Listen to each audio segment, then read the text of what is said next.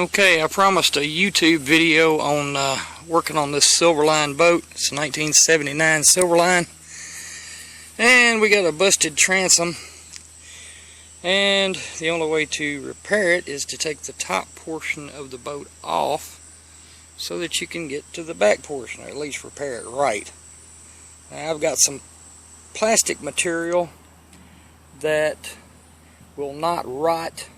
You can't even eat it with acid, and 3/4 of an inch thick. So I'm thinking I'm going to put a piece of that back here for a transom and use the fiberglass resin to stick it to the back of the boat.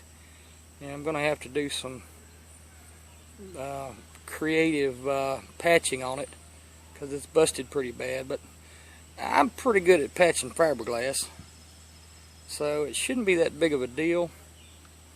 But right now my biggest problem is this metal strip that holds the two pieces of the boat together here. As you can see, it's a aluminum strip. It goes all the way around the boat and it's screwed into the fiberglass. The problem is, let's see if I can get where you can see it, that these screws are rusted. They did not use stainless steel screws. So you can see there that the screws are all rusted. And most of them are just popping out. Some of them I've had to drill and cut off with a grinder. But for the most part, they're just popping right out of the fiberglass. Now you're thinking to yourself, well, that fiberglass has a lot of stress cracks in it. It's not going to be very stout when you put it back together. Well, possibly, but I'm going to go underneath the back of this and put some resin on it so that it will seal in behind this, and then I'm going to go over the top coat and sand it down and put another coat of resin over it before I paint it.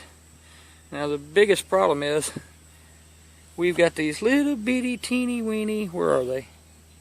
Little bitty teeny weeny staples that are holding this together. I don't know if you can see that or not. You see the staple? Well, they're holding this hull, this top portion of the hull to the bottom portion. Now I've got to pull all those out without tearing up the fiberglass. So that's going to be another fun project for another day. But for the most part, the body of the boat itself is in pretty good shape. There's some scratches on the side where it hit the pavement. It did fall off. Didn't fall off, it flew off the trailer going down the road when I hit a slick spot, and the whole boat actually slid down the road. So I've got some spots on the side that are going to have to be sanded and gel coated, but for the most part it's not going to be too bad. Now I've gotten this piece all the way off and managed to pop most of the staples out of it. It looks pretty rough, but I've got an idea. In sheetrock work we use this fiberglass tape, and when I go to reassemble it, I'm going to put the fiberglass tape over this and then go back and put a coat of fiberglass resin on it, which will stick it together, and then put my aluminum strip back over it with my rubber cap. And I'm going to try to find some stainless steel screws to put in it, hopefully. If not, I may just go through and silicone up under the rubber piece, which will also help hold the rubber piece in too, because it's kind of old and stiff, as you can see here. But all in all, this is going to be a pretty good little project for me to work on for a while. The fun part was getting this big, huge 90 horsepower Johnson motor off the back of the boat, which I did by putting a chain in my tree and come along and just lifted the motor right up off the back of the boat once I got the bolts out of it, which was not easy. I did have to take a sawzall and cut through one of the bolts because it wouldn't come off. Apparently somebody had worked on it before and put a non-standard bolt in there and then sawed it off with a sawzall or hacksaw, and it wouldn't come loose. So, but I didn't have any problem getting all the cables loose and all that good stuff. So anyway, well on my way to refurbishing the 1979 Silverline. I guess you'd call this a ski boat.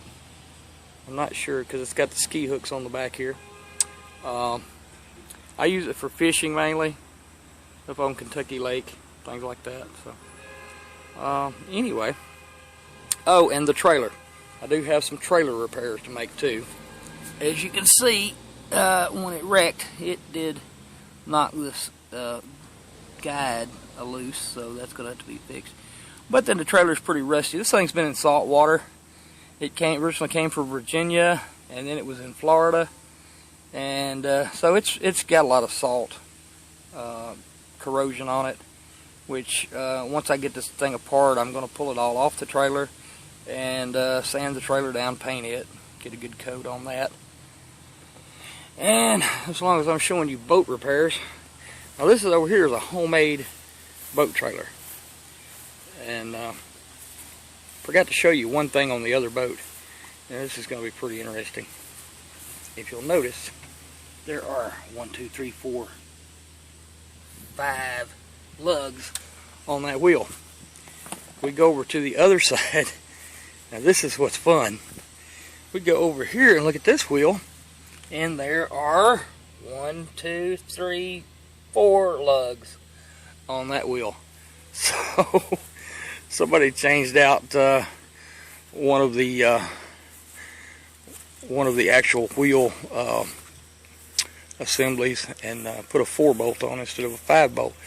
There's my tire that came off of it. So anyway, I thought I might be able to swap tires on it because these are 4-bolt and these are really too big for this little aluminum boat.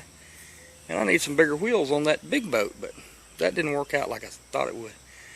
I may try to find some 12-inch rims that'll fit it. Of course, I'm going to probably have to change out the hubs, but that's going to be another matter. And of course the jack too, the jack is broke. There's a lot of things that are broken on the trailer, but it does have this really neat, if you can see it, let me zoom in here if I can. It's not going to let me zoom, but oh, there it goes. Yeah, that right there is a tilt on the trailer actually. So the trailer actually tilts over in the middle, believe it or not. Now, getting back to the aluminum boat here, I'm working on it. I had to replace the transom in this boat too. And of course, don't worry about the black paint. That's just a primer coat on the bottom of the boat.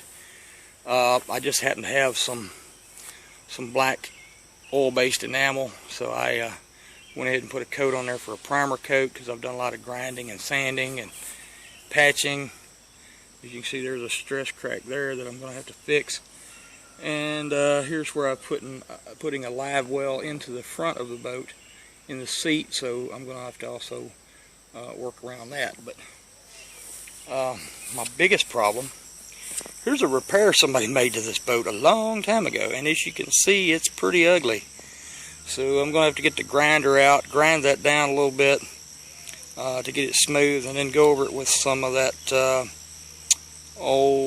probably some Bondo glass. It's got the short strand fiberglass in it, and you just mix it together and smear it on there, and it's just like a really good, it's kind of like epoxy once you get it on there. It's hard as a rock.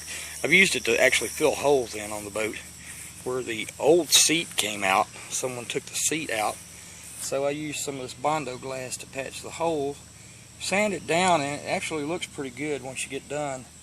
You can't tell here, I haven't finished, but come around here to the back where I replaced the transom, and you can see where I've gone over the rough part of the back of the boat where the motor was pushing in, and kind of bent the fiberglass a little bit. But I went in and did a little patching on it. It looks a lot better. I sprayed a coat of paint on it. It didn't look so good, so I went back and did some more sanding on it, grinding, and trying to make it look a little bit better. I'm going to go back and put a good coat of epoxy, or not epoxy, but enamel paint on this. The epoxy tends to get a little too hard and crack, so I'm going to go with oil-based enamel on the outside of the boat. I think whoever painted it last time used some garage floor enamel or garage floor epoxy on it. That type of two-part that you mix up and put in the garage floor and then throw little sprinkle things on it. That's what they painted the boat with. So, but anyway, it stayed on pretty good, but it's peeling. So we're gonna be going with an enamel coat and see how that works.